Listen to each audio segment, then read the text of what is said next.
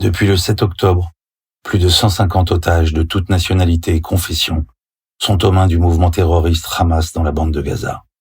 Parmi eux des bébés et des enfants. Fir, 9 mois. Aviv, 2 ans. Emilia, 5 ans et ses 2 sœurs jumelles, Emma et Yuli, 3 ans.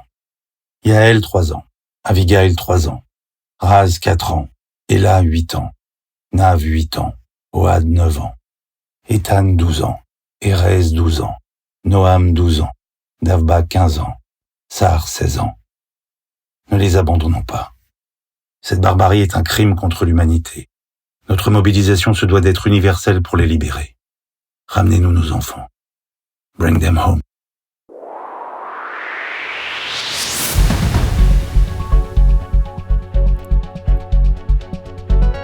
Bonjour à toutes, bonjour à tous, vous écoutez RCJ sur le 94.8 et le DAB+, et sur notre application.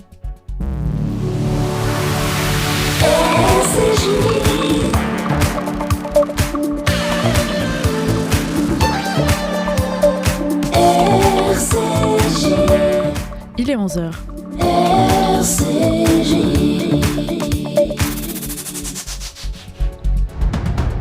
Au programme de cette édition, l'actualité en temps réel avec notre correspondante en Israël, Emmanuel Ada.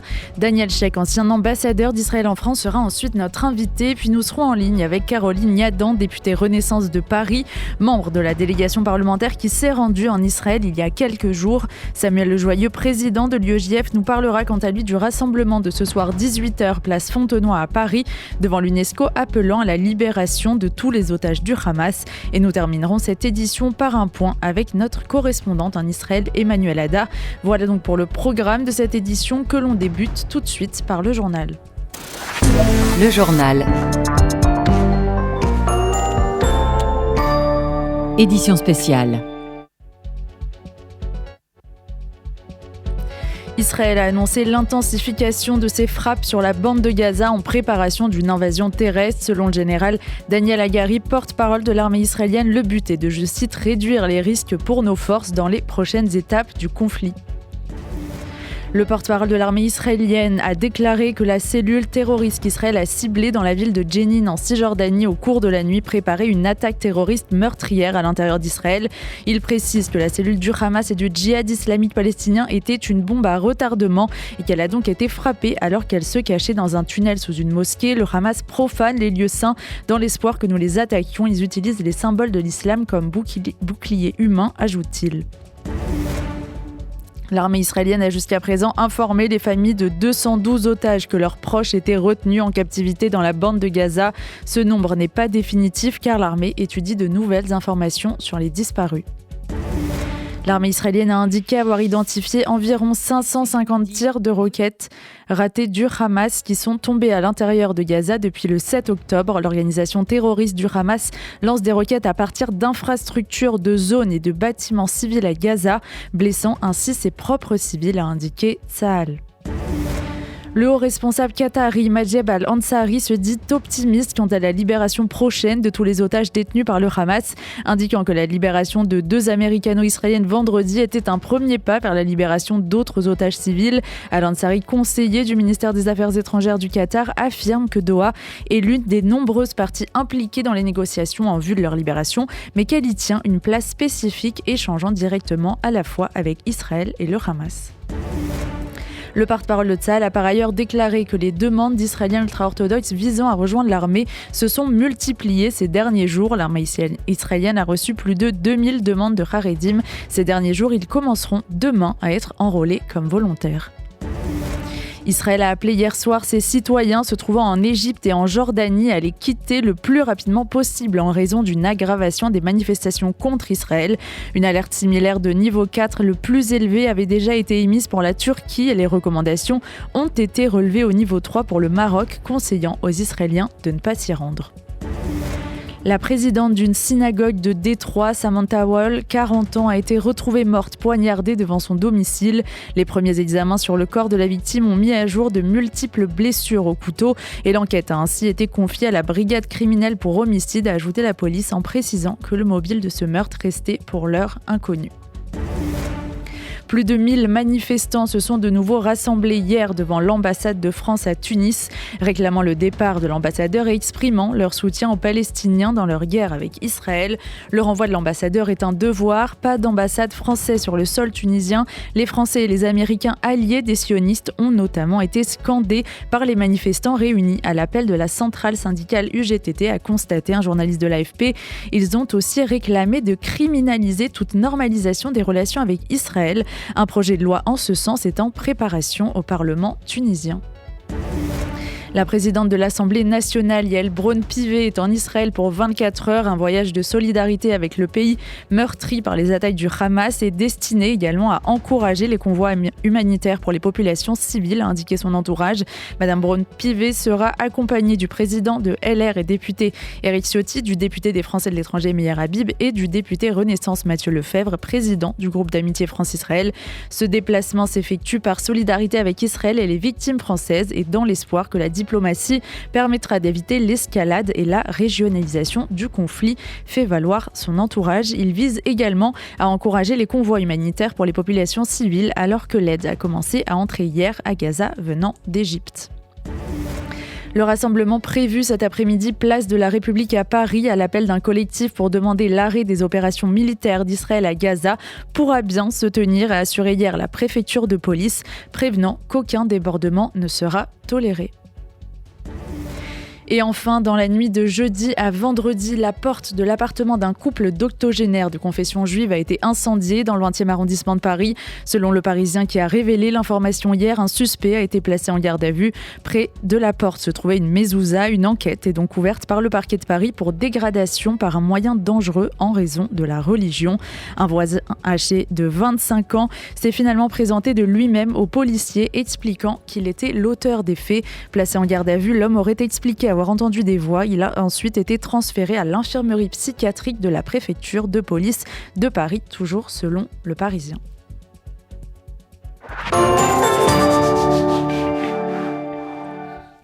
Vous écoutez RCJ, dans un instant le point sur l'actualité en Israël avec Emmanuel Ada.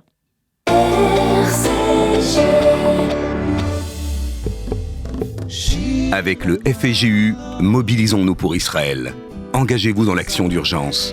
Votre aide fournira nourriture, produits d'hygiène, médicaments et réconfort aux enfants. En collaboration avec nos partenaires israéliens, La Tête, la Chavaya Israéli et le FJU Israël, nous ciblons précisément les besoins sur le terrain, venant en aide aux appelés, aux populations dans le besoin, aux évacués des localités entourant Gaza et aux familles dans les abris. L'urgence est réelle et votre soutien est vital pour les semaines à venir. Donnez maintenant sur don.fju.org/urgence-israël. don.fju.org/urgence-israël. Bonjour, c'est Frédéric Zetoun, je suis ravi de vous donner rendez-vous tous les 15 jours, le vendredi sur RCJ, pour une nouvelle émission, Les Refrains de mon cœur. Les Refrains de mon cœur, un invité nous raconte les chansons qui ont compté dans son existence. Un vendredi sur deux, Les Refrains de mon cœur sur RCJ. C'est le moment d'être meilleur. Envie d'apporter votre soutien à une cause qui vous tient à cœur? Venez rejoindre la formidable équipe de bénévoles du Fonds social juif unifié. Écoute de nos aînés, contribution à l'organisation d'événements, support administratif. Grâce à vous, le FSJU a la possibilité de continuer à mener à bien ses missions sociales, éducatives et culturelles. Mettez à profit vos compétences et partagez votre expérience en contactant Laetitia Ayoun au 06 80 50 69 88. 06 80 50 69 88. Chers auditeurs, je suis Victor Vince, directeur général du Magen David Adom. En ce moment crucial, Israël est confronté à de multiples défis. Chaque instant compte pour sauver des vies. Rejoignez-nous dans cette lutte vitale. Votre don au Magen David Adom soutiendra nos équipes médicales et de secours qui bravent tous les dangers pour protéger et soigner les citoyens d'Israël. Pour faire votre don, mda-france.org ou MDA France, 40 rue de Liège, Paris. MDA France, association au service de la vie. Le pouvoir de soi, libérez votre potentiel. Le livre de Francky Perez. Le pouvoir de soi est un voyage initiatique qui s'adresse à tout le monde. Que vous soyez manager, étudiant, communicant, professionnel ou parent, découvrez cet extraordinaire pouvoir souvent méconnu dont chacun d'entre nous dispose, celui de cette voix intérieure qu'il nous est possible de guider dans une direction positive.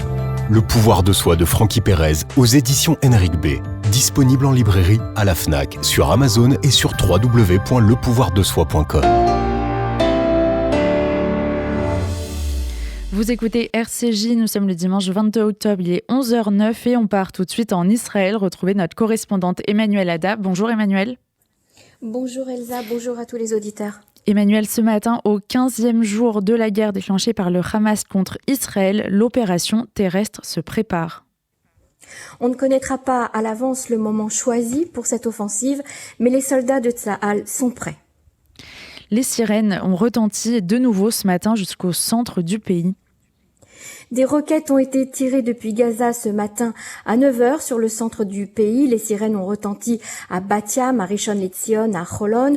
Aucun blessé n'est à déplorer. Le dôme de fer a intercepté les roquettes. Une autre salve de roquettes a été tirée sur les localités de la bordure de Gaza et sur la ville d'Ashkelon, ville qui est extrêmement touchée depuis le début de la guerre. La riposte de Tsahal continue. Tsahal continue de bombarder Gaza. Israël a renforcé ses frappes. Des dizaines de cibles du Hamas ont été attaquées cette nuit dans la bande de Gaza, certaines localisées dans des tours, des dizaines de tunnels, des réserves d'armes, des postes de commandement opérationnels ont été détruits, a transmis le porte-parole de Tsahal. Parmi les cibles visées se trouvaient aussi des mosquées qui servaient aux terroristes du Hamas. Pendant ce temps, le Nord se prépare à des attaques. Est-ce que la population va être évacuée aujourd'hui ? Tout à fait. Le ministère israélien de la Défense et de Tsahal ont annoncé l'extension du plan d'évacuation préparé par l'État à 14 nouvelles localités du nord d'Israël en prévision d'un conflit beaucoup plus élargi avec le Hezbollah. C'est aussi une sorte de chasse, entre guillemets, à tous les terroristes qui ont participé au massacre du samedi 7 octobre, qui est lancé désormais. Ils seront tous recherchés et éliminés.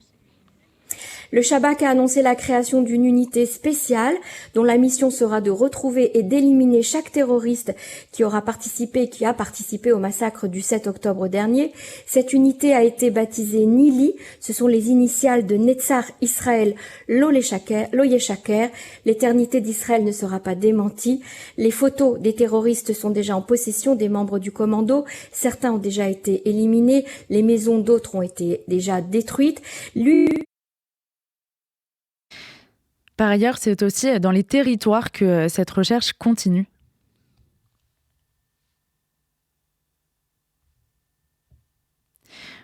Excusez-nous pour ce petit problème technique. On a perdu notre correspondante pour l'instant, Emmanuelle Ada, qu'on va s'employer à rappeler tout de suite.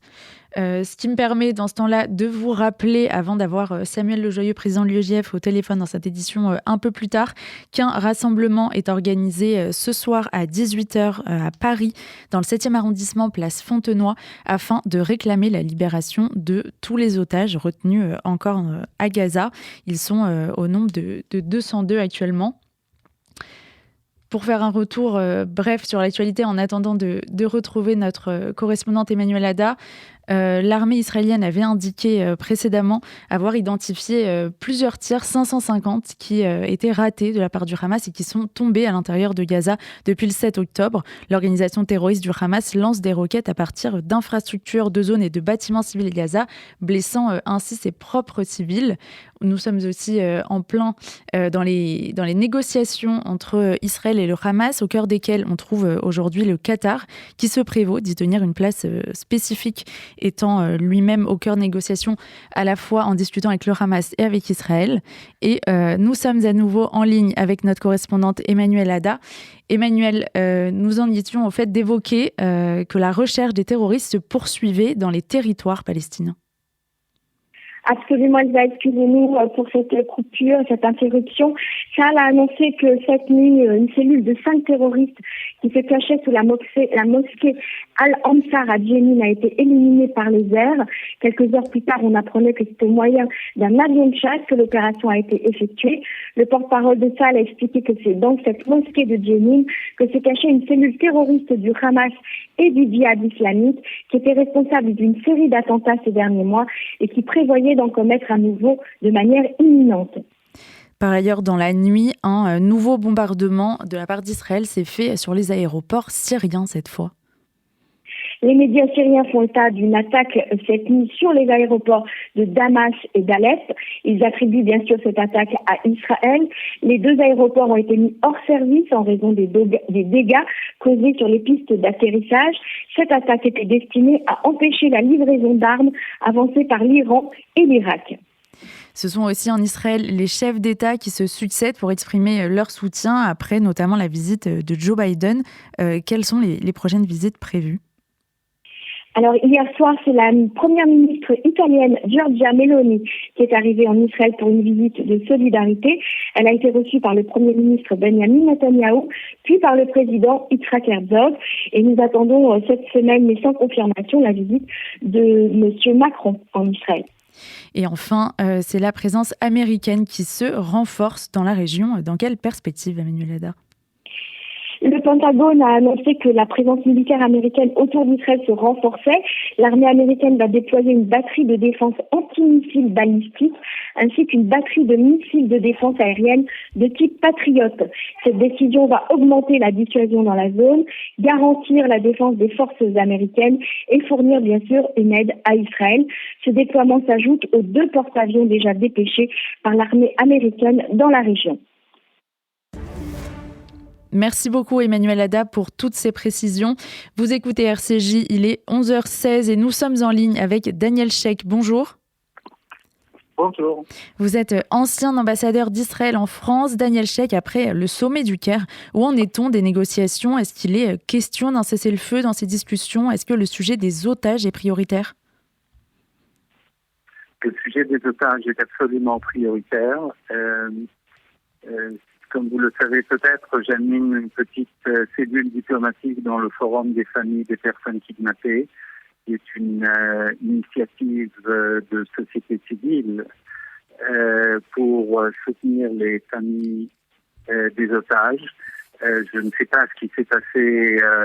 Je ne sais pas ce qui s'est passé au Caire exactement, mais s'ils ne sont pas parvenus à avoir un communiqué commun qui comporte une mention du sort des otages, je ne pense pas qu'il s'agisse d'une initiative ou d'une opération qui serait à même à aider la situation sur le terrain. Le Qatar, quant à lui, se place en négociateur phare sur notamment la question des otages. Mais quelle est la place de la France dans ces discussions ? Je vous entends mal. Quelle était la question ? Le Qatar se place, lui, en négociateur phare dans les discussions sur les otages. Et quelle est la place de la France, par contre, dans ces échanges ? On ne peut vraiment pas mettre le Qatar et la France sur le même pied. Le Qatar est un pays qui traditionnellement soutient le Hamas, alors que la France se considère comme une organisation terroriste. Le Qatar porte une responsabilité particulièrement lourde, à la fois parce qu'ils ont les moyens de parler au Hamas et de peser sur lui, mais aussi parce que traditionnellement c'est un pays qui a soutenu cette organisation financièrement et autrement. Le rôle de la France, je ne peux pas l'imaginer aujourd'hui, mais je suis confiant que si Emmanuel Macron, le président, voyait une possibilité de contribuer positivement à la libération des otages, je ne doute pas une seconde qu'il ferait tout ce qui est dans ses moyens. Catherine Colonna, la ministre des Affaires étrangères française, rappelle ce matin dans une interview qu'Israël, je cite, a évidemment le droit de se défendre, mais a aussi, je cite également, le devoir de respecter le droit international, en particulier humanitaire. Est-ce que vous percevez ça comme un avertissement ou est-ce que c'est la position traditionnelle de la France ? C'est la position traditionnelle de tous les pays du monde, quasiment, notamment les États-Unis. Vous savez, chacun est dans son rôle. La France est un pays ami et Mme Colonna ne nous veut certainement pas de mal. C'est la position européenne, c'est la position de la communauté internationale et c'est aussi d'une certaine manière la position d'Israël. Nous n'avons pas l'intention de faire des choses qui enfreignent au droit de la guerre, mais la situation est évidemment différente quand on est ici sur le terrain que par rapport à une ministre française qui se trouve au Quai d'Orsay. Une démocratie contre un mouvement terroriste, c'est ça aujourd'hui Israël contre le Hamas, entre guillemets. C'est une réelle asymétrie. Comment c'est appréhendé en Israël ? C'est pas une nouveauté pour les Israéliens de ces guerres asymétriques. La dernière guerre, entre guillemets, symétrique, c'était en 1973. Malheureusement, c'est une situation qui est loin d'être inédite chez nous. Il y a des problématiques particulières quand on combat une organisation qui n'est pas un État. Elle n'a pas les responsabilités qu'a un État. Elle ne se plie pas à des règles qui sont plus ou moins acceptées entre États. Et surtout, c'est une organisation qui se cache derrière une immense population civile. Ce ne sont pas vraiment des combattants. C'est pas eux qui combattent. Eux, ils ont perpétré ce qu'ils ont perpétré, cette horreur de brutalité et de cruauté du 7 octobre. Et maintenant, ils sont terrés quelque part dans les tunnels alors que la population palestinienne de Gaza souffre. Il n'y a pas d'autre mot. Et va continuer à souffrir alors que les gens du Hamas qui portent l'entière responsabilité pour cette souffrance, eux se cachent bien sous terre. Sur la question des otages, pour y revenir un instant, ils sont plus de 200. Que veut le Hamas en échange ? Et est-ce que vous voyez, vous, la libération des 2 premières otages américaines vendredi comme un signe d'espoir ou au contraire comme le fait que ça va être beaucoup plus difficile pour les otages israéliens qui n'ont pas de double nationalité ? Alors, en toute honnêteté, j'ignore complètement ce que dirige le Hamas. Je ne sais pas. On peut s'imaginer que c'est la libération de prisonniers palestiniens qui se trouvent dans des prisons israéliennes, mais je n'ai aucun détail là-dessus. Est-ce que c'est une lueur d'espoir ? Oui et non. C'est-à-dire, d'une part, oui, parce que c'est un signal qu'on peut parler, qu'il y a cette possibilité d'échange. Mais c'est une toute petite lueur. Ce sont 2 personnes sur plus de 200 et il y a encore un énorme chemin à faire. Est-ce qu'Israël, dans cette guerre et dans le fait que l'opération terrestre semble décalée, veille à l'opinion internationale, la prend en considération dans ses actions et ses plans ? Désolé, vous devez répéter la question. Est-ce qu'Israël, dans le fait de lancer ou non l'opération terrestre et le fait que ça semble être décalé depuis plusieurs jours, est-ce qu'Israël prend l'opinion internationale en considération dans cette réflexion ? Vous posez la question à la mauvaise personne. Je ne sais pas quelles sont les considérations de mon gouvernement.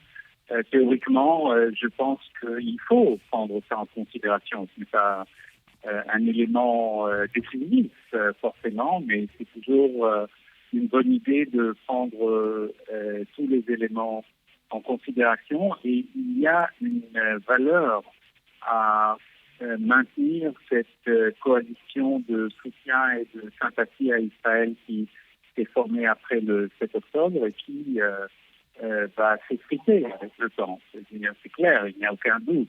Plus on s'éloigne des événements, plus la mémoire collective des divers pays sur ce drame va faiblir. Donc oui, je pense que ça a une valeur, mais ce ne sera pas l'élément décisif. Ça ne doit pas être l'élément décisif. Est-ce que vous, aujourd'hui, dans la perspective d'un risque d'un conflit régionalisé, vous craignez pour l'existence d'Israël ? Je suis confiant qu'Israël pourra se défendre même dans un conflit régional, mais je pense que c'est dans l'intérêt du monde entier d'éviter un embrasement régional. Je pense que les États-Unis et les pays occidentaux, de manière générale, envoient des signaux très très clairs à cet égard. La présence militaire américaine, le discours américain par rapport à l'Iran, par rapport au Liban, pour les dissuader d'une intervention. Et d'ailleurs, le discours aussi par rapport à Israël, de ne pas être celui qui va provoquer l'embrasement régional. Je pense que clairement, c'est un scénario que tout le monde aimerait éviter. Mais ça ne peut pas dire que ça ne peut pas arriver. Pour le moment, le Hezbollah se contente de maintenir Israël un peu sur le pied de guerre en se contentant d'opérations ponctuelles qui malheureusement coûtent des vies humaines et qui malheureusement font des dégâts. Mais il faut espérer que ça ne va pas déborder sur une véritable guerre régionale. Les ambassades françaises sont ciblées actuellement dans le monde arabe. Pardon, je ne vous entends pas et on va devoir terminer notre conversation bientôt. Je vous pose une dernière question. Quel est l'état d'esprit des Israéliens avec autant d'appelés après des massacres dans la perspective d'une guerre qui va durer? Quel est l'état de l'opinion publique en Israël? Je pense que le moral dans le pays est fort.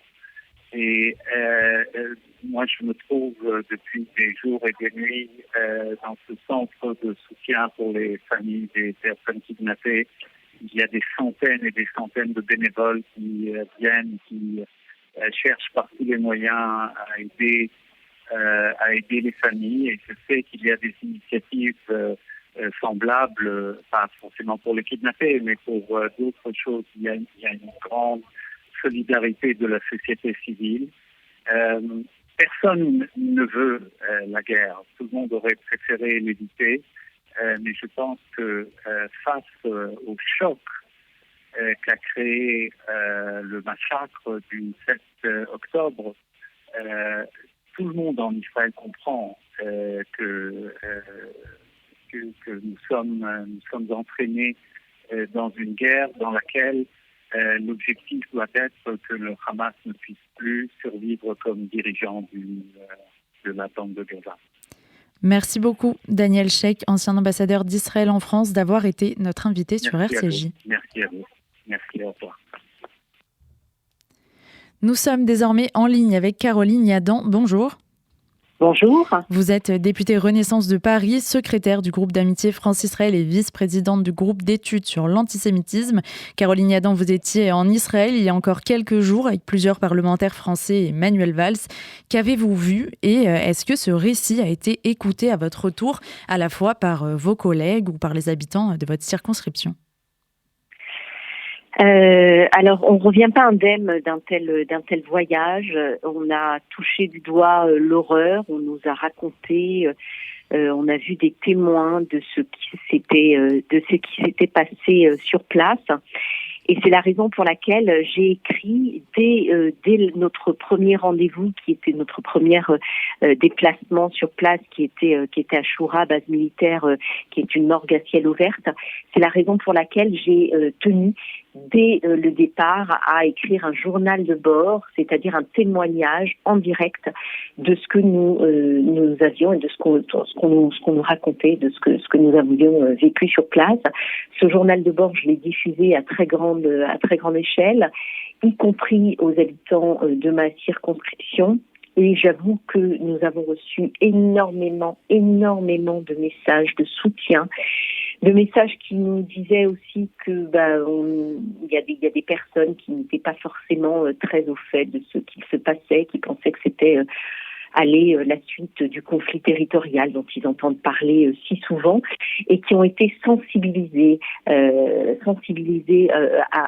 la problématique et surtout sensibilisés au fait que Israël aujourd'hui est à la jonction du monde libre et du djihad, que Israël est porteur de ce drapeau du monde libre, des démocraties et des libertés contre le terrorisme, contre l'islamisme. et contre la terreur qui a déjà tellement tué d'ailleurs aussi évidemment chez nous, pas plus tard qu'il y a quelques jours, ce professeur Bernard. Donc le combat doit être total, il doit être partagé par le plus grand nombre, et c'est la raison pour laquelle je suis rentrée de ce voyage plus déterminée que jamais. Vous avez eu l'occasion lors de ce voyage d'échanger avec des familles d'otages. Est-ce qu'elles attendent beaucoup de la France ? Alors vous savez, on a eu des séances très très éprouvantes, notamment quand on est allé aussi au kibbutz Kfar Aza, qui a été victime de ces massacres-là, dont évidemment les gens ont vu les images, mais nous on a vu la désolation sur place, ces maisons brûlées, des affaires d'enfants qui traînaient par terre. Donc on a vu des choses très très dures. Et puis on a eu cette séquence avec les familles des otages. Et je peux vous dire que ça a été un moment où nous avons tous pleuré à chaudes larmes. Parce qu'entendre des familles dont des membres, des sœurs, des femmes, des maris, des enfants, on a vu une femme dont toute la famille, c'est-à-dire ses enfants, son mari, sa mère, ont disparu, et on suppose qu'ils ont été enlevés par le Hamas. On a vu ce désespoir-là. Et ça a été un moment absolument terrible. Et ce qu'on a pu nous leur dire, c'est que nous allons nous mobiliser, et nous avons déjà commencé à le faire, nous députés qui étions à cette délégation, mais aussi les autres députés de notre groupe parlementaire, pour manifester notre soutien et demander la libération des otages. C'est une horreur absolue de pouvoir se dire qu'il y a des personnes qui sont entre les mains de ces barbares. Et je sais que le président de la République et je sais que la ministre des Affaires étrangères sont très mobilisés sur ce sujet. Lors de son voyage en Israël, Joe Biden s'est montré ferme sur le soutien à Israël et a en même temps œuvré pour l'entrée de l'aide humanitaire à Gaza. Est-ce que c'est une position similaire à celle de la France, à celle d'Emmanuel Macron aujourd'hui ? Oui, c'est une position similaire, une aide humanitaire qui doit être évidemment ciblée sur les médicaments, sur la nourriture, sur l'eau potable, et certainement pas sur autre chose. Je ne sais pas si vous savez, mais j'ai déposé moi à l'Assemblée nationale une proposition de résolution contre l'endoctrinement de la haine chez les enfants palestiniens dans les manuels scolaires, parce que il n'est pas concevable que l'argent, des millions et des centaines de millions de dollars que nous envoyons à l'autorité palestinienne via l'Union européenne, donc via la France, puisse continuer à servir à cette propagande de haine depuis la maternelle, et donc fabriquer en fait des terroristes, puisque ce qui nous a aussi marqué sur place, c'est que les témoignages parlaient de terroristes, de jeunes terroristes, d'enfants terroristes, c'est-à-dire de 10 ans à 18 ans, que les plus jeunes pillaient et jetaient des pierres en enjambant les cadavres, et ceux de 14, de 15 ans avaient les armes à la main et tiraient sur des civils, sur des bébés, sur des femmes, sur des enfants. Ces enfants-là ont été depuis la maternelle biberonnés à des comptines où ils apprennent que le juif est un chien, à des exercices de mathématiques où ils doivent compter des cercueils de martyrs, ou des cartouches pour abattre ces mécréants de juifs. Donc ça n'est plus possible, ça n'est plus envisageable, et c'est la raison pour laquelle j'ai déposé une proposition de résolution à l'Assemblée nationale qui d'ores et déjà est co-signée par un certain nombre de parlementaires, qui a fait, j'ai eu l'aval du bureau de l'Assemblée, et donc elle va être officialisée d'ici quelques jours.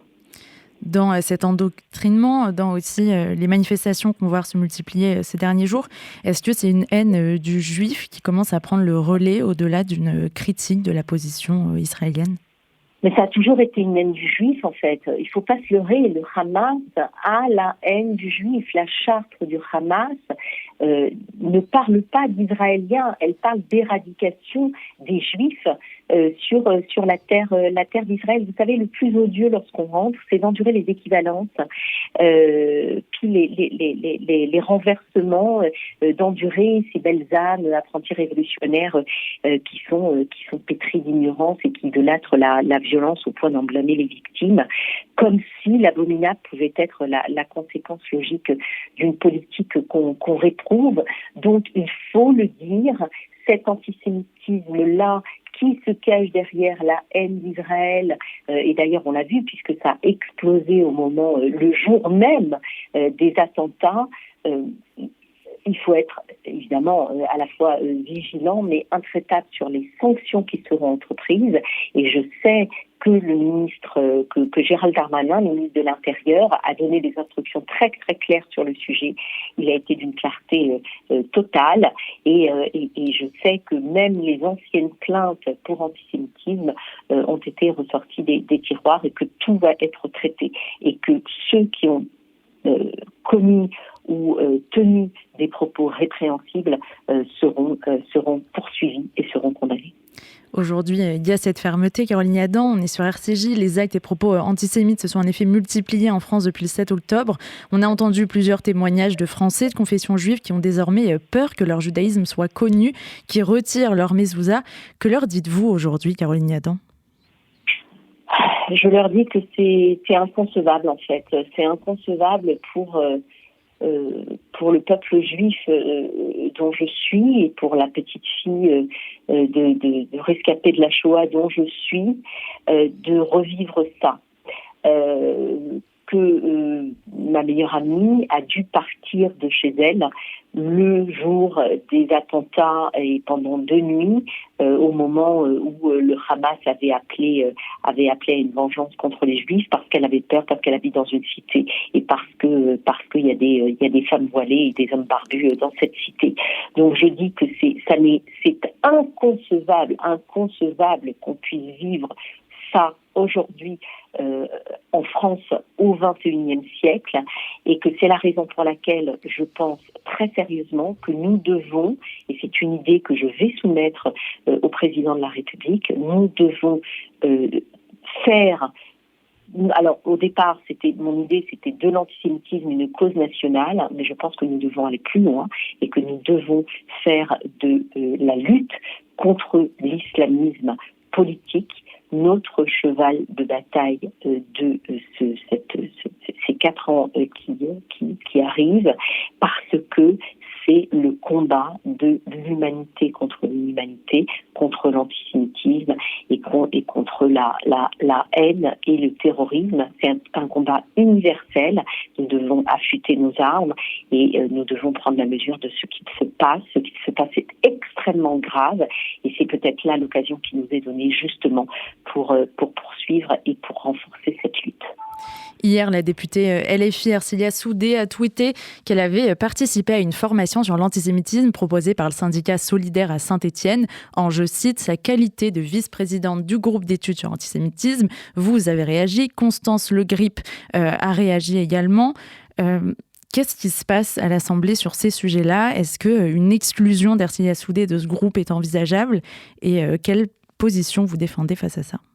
Alors, vous savez, on s'y est penché depuis longtemps, quand Ercilia Soudé, parce qu'il faut le dire aussi à vos auditeurs, à aucun moment nous avons désigné Ercilia Soudé comme vice-présidente du groupe d'études antisémitisme. Elle s'est autoproclamée. Pourquoi ? Parce qu'en fait, chaque parti politique, c'est le jeu des institutions et donc de l'Assemblée nationale, chaque parti politique qui fait partie d'un groupe d'études, quel qu'il soit, a la possibilité de désigner parmi ses membres un vice-président ou une vice-présidente. Et donc, ce jour-là, elle était seule de LFI. Et lorsque le président a demandé est-ce qu'il y a d'autres vice-présidents, elle a tout simplement levé la main. Mais à aucun moment, nous avons souhaité qu'elle ait quelque responsabilité que ce soit. Vous imaginez bien que tel n'a pas été le cas. Et dès le départ, dès la première réunion, j'ai rappelé que notre groupe d'études visait à lutter contre l'antisémitisme et pas à diffuser l'antisémitisme dans ce pays ce qu'elle était en train de faire déjà il y a un an. Donc malheureusement aujourd'hui les institutions et le règlement intérieur de l'Assemblée nationale ne nous permet pas de l'exclure de notre groupe. Par contre, la réponse, à mon sens, peut être judiciaire. Vous savez qu'il y a énormément de plaintes déposées notamment par l'OJE qui ont été donc l'OJE a déposé pour apologie du terrorisme, pour incitation à la haine raciale, et ces plaintes-là peuvent amener des sanctions, et parmi ces sanctions, il peut y avoir des sanctions d'inéligibilité qui sont des sanctions, des peines complémentaires. Donc moi vraiment, je dis, luttons contre LFI d'abord en termes de communication, ne lâchons rien sur les réseaux sociaux parce que en réalité, ils sont pas si nombreux que ça, mais ils font beaucoup de bruit. À nous qui sommes plus nombreux de faire plus de bruit, à nous de nous abonner, même si nous ne sommes pas abonnés par exemple à Twitter, à Instagram, etc., aux réseaux sociaux qui comptent aujourd'hui et qui font que les journalistes peuvent être aussi influencés. Donc nous avons tous un rôle à jouer pour mener ce combat-là, notre combat pour la civilisation, et pour dire une bonne fois pour toutes à ces LFistes que, comme nous l'avons fait pour le Rassemblement national, ils n'ont pas leur place dans le champ républicain, ils sont hors du champ républicain, et une frontière étanche doit être bâtie entre eux et nous, et les alliances contre nature avec d'autres partis politiques, et évidemment je pense au PS, doivent évidemment définitivement être rompus. Moi je ne comprends pas que un parti qui est censé être l'héritier de Blum, de Mitterrand, de Jaurès, puisse encore penser à s'allier avec ces rebuts de la République, comme moi je les appelle. Merci beaucoup d'avoir été notre invitée, Caroline Niadan, députée Renaissance de Paris. Merci à vous. Nous sommes à présent avec le président de l'UEJF, l'Union des étudiants juifs de France. Bonjour Samuel Lejoyeux. Bonjour. Vous organisez ce soir un rassemblement pour la libération des otages retenus par le Hamas. La libération de 2 otages américaines vendredi soir, est-ce que ça vous donne de l'espoir dans cette démarche, ou justement vous craignez ces libérations au compte-gouttes ? Écoutez, c'est difficile à dire en termes purement géopolitiques et stratégiques. Je ne suis malheureusement pas très compétent sur cette question-là. Et moi, je me place évidemment du point de vue d'un citoyen, d'une association qui voit ces juifs qui sont retenus dans la bande de Gaza par une des plus odieuses organisations terroristes du monde. Et ces gens sont en danger. Sans doute certains sont déjà morts et on ne le sait pas encore. Et en tout cas, tous sont en danger absolu. Et donc, oui, je crains chaque jour pour leur vie, pour leurs conditions actuelles. Et je pense que cette mobilisation, ça doit pas être une mobilisation évidemment juive, ça doit pas être une mobilisation de seulement ceux qui soutiennent Israël à la limite. C'est vraiment quelque chose d'universel. On n'a presque jamais vu autant d'otages, enfin c'est arrivé, mais autant d'otages aux mains d'une organisation islamiste. C'est ça qu'il faut rappeler. Il y a ce qui est de l'ordre du conflit israélo-palestinien, et il y a quelque chose qui est au-dessus de ça, qui est de lutter contre des pratiques inhumaines et barbares d'une organisation terroriste. Est-ce qu'aujourd'hui, dans les universités, la question des otages met tout le monde d'accord, ou est-ce que là aussi, les étudiants font face, les étudiants juifs notamment, font face à des oui mais ? Non, tout le monde n'est pas d'accord. Alors personne ne va nous dire sur la question spécifique des otages qu'ils sont pour cette démarche. Pour le coup, ça c'est un discours qu'on n'entend pas, mais il y a évidemment une sorte d'invisibilisation de ces otages comme de la plupart des morts et de la barbarie commise par le Hamas.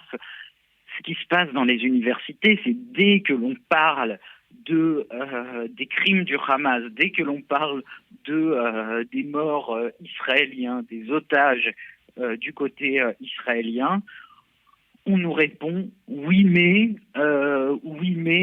il y a un état d'apartheid, oui mais c'est des actes de résistance, etc., etc. Donc on ne va pas défendre spécifiquement les prises d'otages, mais comme malheureusement depuis le 7 octobre, il y a une dynamique de justification qui se met en place. Et est-ce que c'est toujours brouillé dans ce discours-là entre la cause palestinienne et les terroristes du Hamas ? Est-ce que les étudiants ont toujours du mal à dire que le Hamas est un mouvement terroriste et à considérer leurs actions comme telles ? Exactement, et malheureusement, c'est pas que dans le monde étudiant, hein, c'est beaucoup plus large, même si peut-être c'est encore pire dans le monde étudiant ou symbolique, j'ai envie de dire, dans le monde étudiant. Mais oui, il y a toujours, malgré les jours qui ont passé, il n'y a toujours pas de consensus sur cette idée-là que le Hamas est un groupe terroriste. Et il y a toujours des gens qui, au nom de la cause palestinienne, rappelons-le, qui est une cause légitime, rappelons-le, il y a évidemment aujourd'hui les Gazaouis qui sont dans une situation humanitaire dramatique. Mais pourquoi cette cause palestinienne va venir rentrer en compte dans la dénonciation de crimes commis par le Hamas et dans la mobilisation aussi pour des civils, notamment des enfants, des juifs et des non-juifs, des Israéliens et des non-israéliens, qui sont retenus en otage par une organisation terroriste. Et oui, il y a une difficulté. Alors, sans doute certains passent tant de mauvaise foi que ça, d'autres clairement de mauvaise foi. Il y a une difficulté à faire la part des choses entre ce qui est de l'ordre de la défense du peuple palestinien et ce qui est de l'ordre de la justification des crimes du Hamas. Et est-ce qu'aujourd'hui vous entendez, comme d'autres, dans les manifestations en soutien donc, à la cause palestinienne, tous ces slogans comme arrêtez le génocide en Palestine, sionistes, vous êtes des terroristes, est-ce que cette inversion et cette considération de ce qui se passe comme une Shoah, entre guillemets, est répandue ? Bien sûr, elle est répandue. Et c'est quelque chose qui est très douloureux, qui est générateur d'antisémitisme, et qui donne cette impression-là. Mais que faut-il pour que tout le monde soit d'accord pour pleurer des morts juifs, pour appeler ensemble à la libération d'otages juifs ? On a l'impression qu'il y a toujours une justification. Ça existe encore, on le voit dans ces mobilisations. Je pense que tout le monde ne rêve que d'une mobilisation, j'ai envie de dire, unitaire, avec tout le monde qui pourrait défendre les droits des civils des deux côtés. Mais aujourd'hui, pourquoi c'est pas possible, ça ?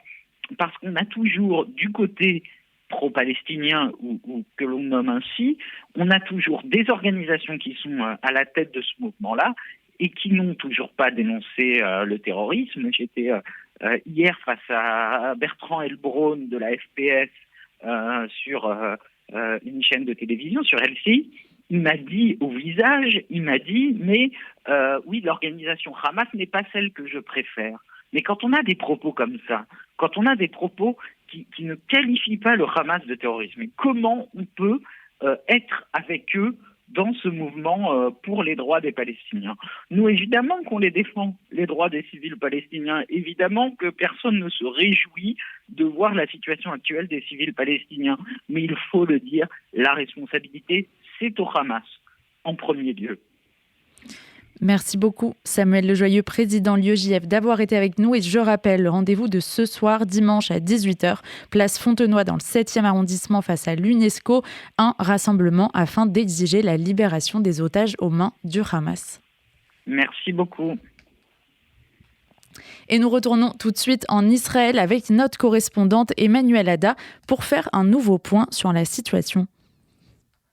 Oui, Elsa, alors depuis tout à l'heure, nous avons appris que Israël avait bien démenti cette information comme quoi les camions d'aide humanitaire qui entraient à Gaza n'avaient pas été vérifiés. Bien sûr qu'Israël a vérifié les camions d'aide humanitaire qui entrent à Gaza et a démenti formellement les propos d'un porte-parole des Nations Unies qui avait indiqué que les 20 derniers camions qui avaient traversé le poste de frontière de Rafah n'avaient pas été contrôlés. 17 autres camions humanitaires doivent entrer aujourd'hui aujourd'hui par ce passage de Rafah en Égypte. Ils sont réservés à la population gazaoui qui ont suivi les consignes d'Israël et se sont réfugiés dans le sud de Gaza. Cette aide humanitaire fait tout de même grincer les dents en Israël, où on a pu voir les familles des victimes du massacre déclarer que nos familles, nos parents, nos enfants n'ont pas eu droit à un couloir humanitaire ni à aucune autre aide que ce soit. Et puis lors d'une opération conjointe de Tsahal et du Shin Bet, un tunnel terroriste souterrain a été trouvé attaqué sous la mosquée Al-Anatsari dans le camp de Jenin. Dans cette mosquée se trouvait une cellule terroriste du Hamas et du djihad islamique qui envisageait de commettre un attentat dans l'immédiat. Et puis cette information très importante, le blog de renseignement IntelliTimes et un site de l'opposition iranienne ont rapporté ce matin qu'une base appartenant aux gardiens de la révolution a été attaquée à Téhéran. L'information n'a pas encore été confirmée par le régime iranien. Sur le site israélien Ynet, on peut lire que l'organisation d'opposition iranienne Mouajdin Khalak a revendiqué l'attaque. Il s'agit d'un mouvement religieux socialiste qui agirait en coopération étroite avec Israël contre le régime iranien. Et le ministre russe des Affaires étrangères Sergueï Lavrov est attendu à Téhéran demain. Rappelons que la Russie a renforcé ses liens avec l'Iran et n'a pas condamné les massacres perpétrés par les terroristes du Hamas en Israël. Des fichiers informatiques contenant des instructions pour la fabrication d'une arme chimique ont été trouvés sur le corps d'un terroriste ayant participé au massacre du 7 octobre, selon un câble diplomatique secret du ministère des Affaires étrangères israélien. Cette découverte indique que le Hamas avait l'intention d'utiliser des agents de guerre chimique dans le cadre de ses opérations terroristes contre la population civile.